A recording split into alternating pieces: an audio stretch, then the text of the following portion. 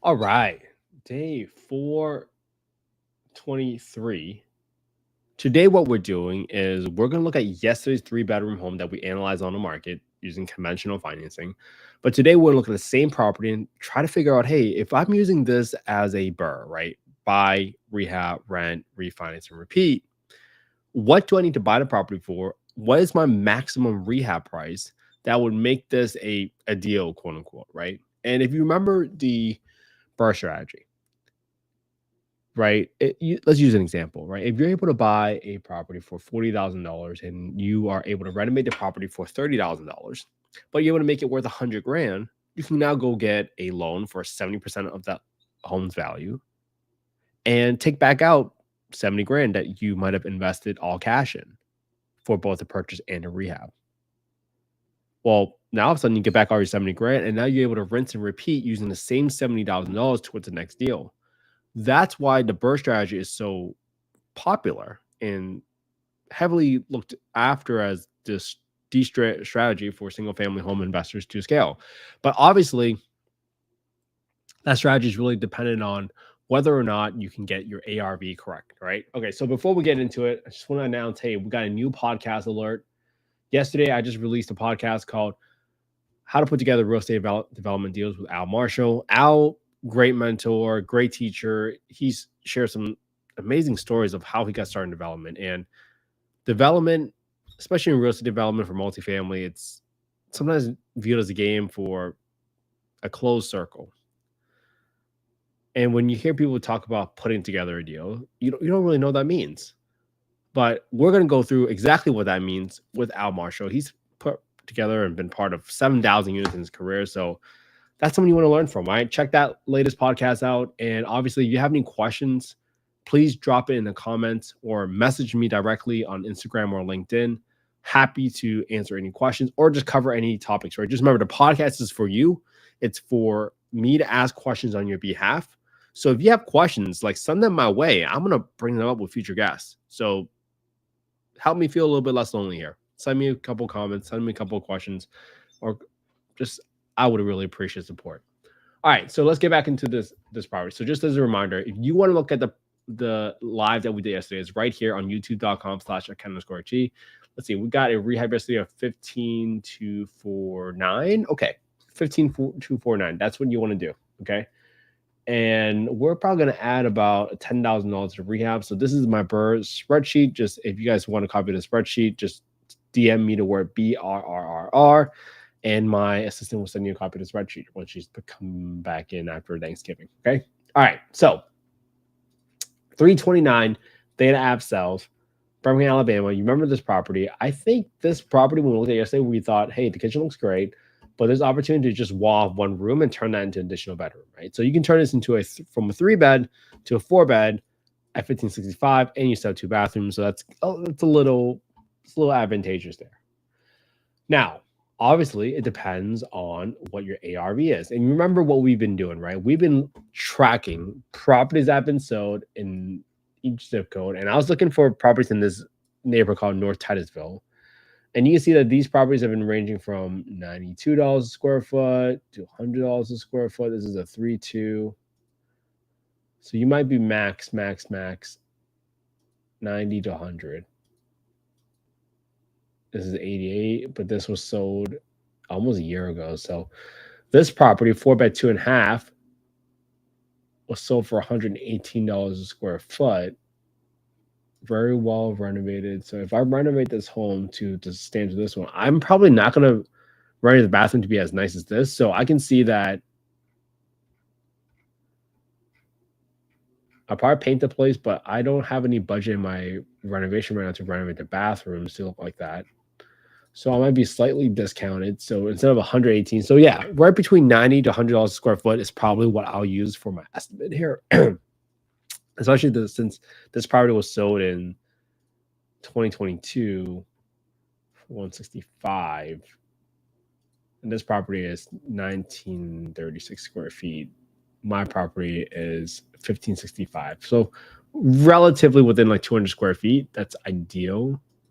This 3,000 square foot one, I mean, that's a little harder. I mean, it looks like there's no premium awarded once you go over 2,000 square feet either, because your dollar per square foot actually went down in this scenario. This is 2.5 baths, so there's no way our property is going to look as nice. So I think $90 to $100 a square foot is probably relatively fair. So let me take this property. This was sold. This is 2012. That's probably really bad comp here. North Titusville. Let me take these two properties right here, put them into my spreadsheet. Okay, 105 square foot. Let me just. All right, you know what? Let's minus $10 a square foot. Let's use $95 a square foot for now and be a little conservative because this is still going to give us $148,000 rehab. Okay, now yesterday's rehab was 15 grand. If I was able to turn this into adding up $10,000 for the rehab, so my total all in. What's my rent from yesterday? $1,175 for a 4-bedroom in this market. Let's see what our average rent was, because I believe it was only 4-bed single families. Closest you have is 1,300. That's a 5-bed 2-bath. 1,450. Let's see if this is getting any traction.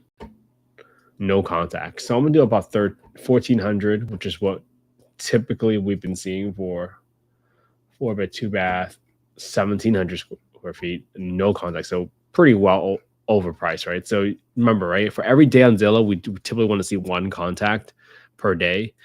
This tells me this is probably really overpriced. So I'm going to use about $1,350 for my market rent, being a little conservative here.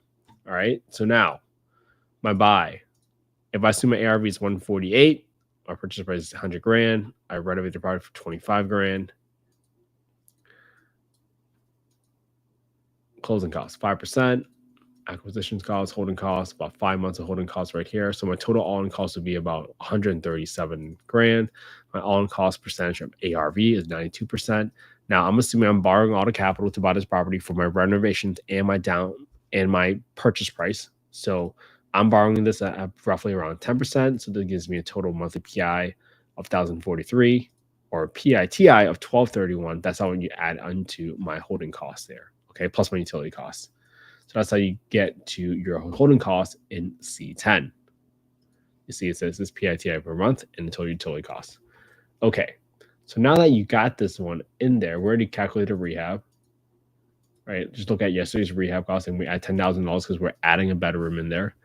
$1,350 is my rent. Cash flow after refi, assuming that's my number, is this.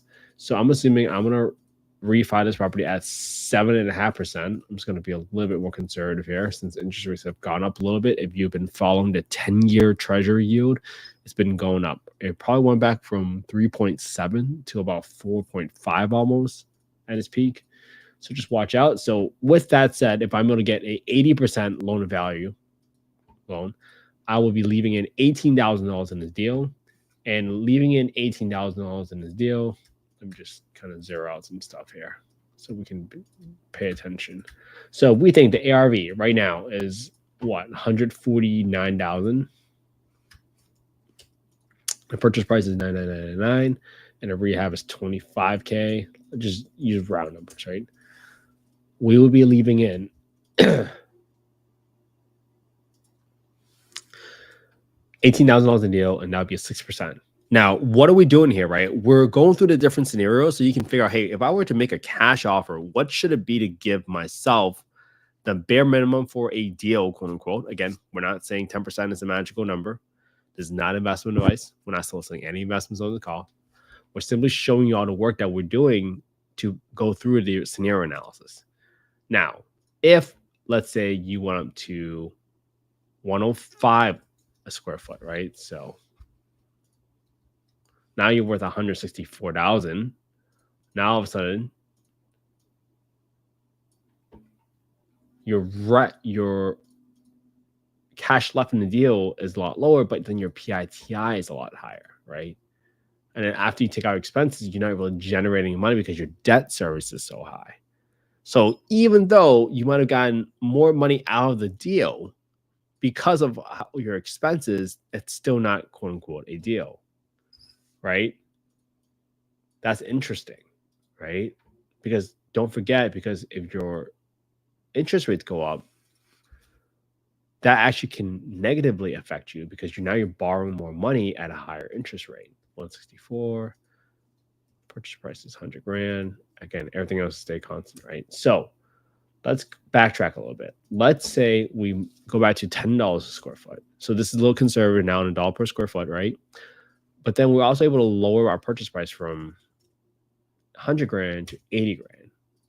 If we buy it for 80 grand, now we get back out all the money in the deal, and now it's infinite return. So now you just made $3,400.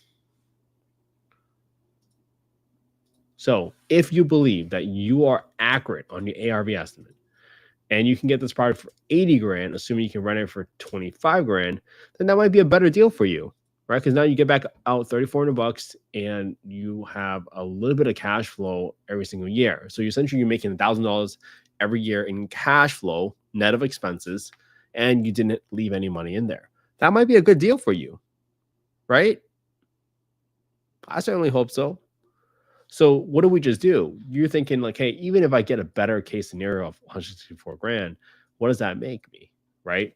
Now let's say, let's keep everything else the same, right? I love going through these scenarios because you can figure out, hey, what if my Airbnb is actually a little bit lower? What if it's only like $88 a square foot, right? So now minus 17, because we saw that it was $88 a square foot right here for the 3,000 square foot home. Great, it was sold a year ago.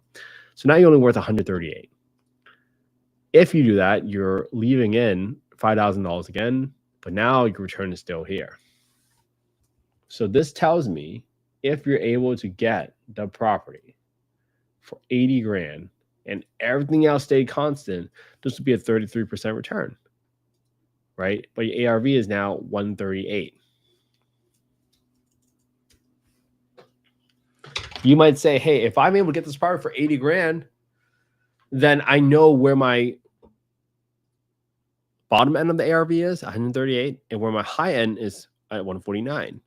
At a high end of 149, well, that's a great deal because then that works for me. But even on my low end, I might say, hey, if I can give an offer for 80 grand and still 33%, I mean, that seems like a great deal because I'm making 33% on my money. Again, not investment advice, not soliciting any investment call. I just wanted to show you all the steps you want to go through from bringing everything together, right? We've been tracking all the ARVs of properties that have been sold on the market and coming onto the market, right? The reason I haven't looked at any properties coming onto the market is I haven't seen that many 4-bedrooms come on the market.